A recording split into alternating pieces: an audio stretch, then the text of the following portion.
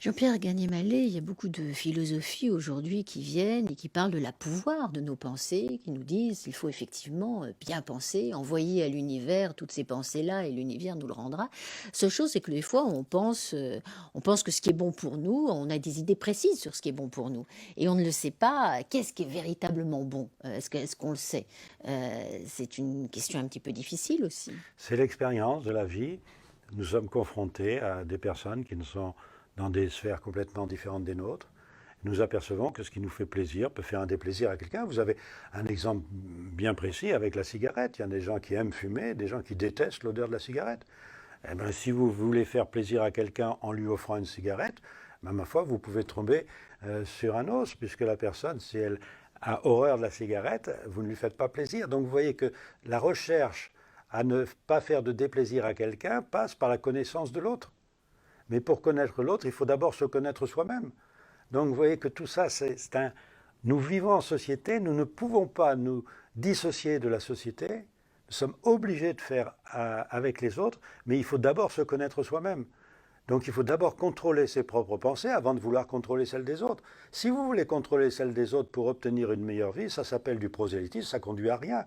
Si, à des manifestations, à des guerres, à la violence.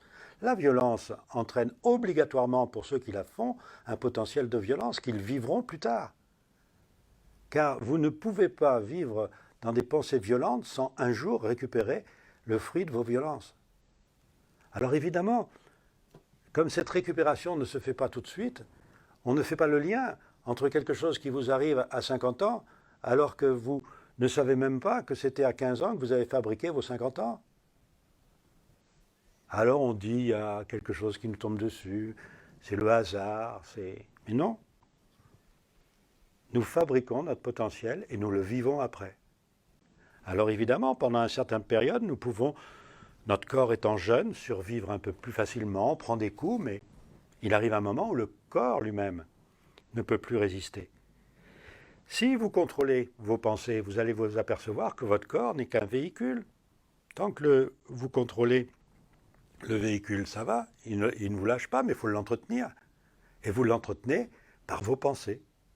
Regardez celui qui pense qu'il va aller mal, ben, il commence à aller mal. Celui qui pense qu'il va aller bien, ben, il va aller bien. Vous voyez qu'on n'est pas du tout dans une société qui pense ainsi. On ne sait pas que s'il y a un effet placebo, il y a aussi ce qu'on appelle l'effet nocebo, qui est très peu connu. Savoir si je pense à quelque chose qui va m'arriver de dangereux, j'ai déjà fabriqué ce danger. Si je pense à quelque chose qui va me faire du bien, j'ai déjà fabriqué ce bonheur.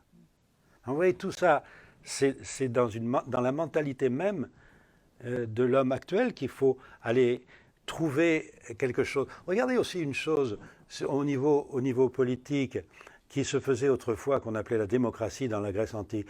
On se battait pour nommer, élire le gouverneur d'une ville. Mais quand le gouverneur de la ville avait été élu, tout le monde lui fabriquait le meilleur potentiel. Pourquoi? Parce qu'on savait que celui qui nous dirigeait était obligé de nous diriger, autant lui donner la plus grande facilité. Et pour lui donner la plus grande facilité, on lui crée par la pensée un potentiel. En fait, il ne s'agit pas d'aller le flatter.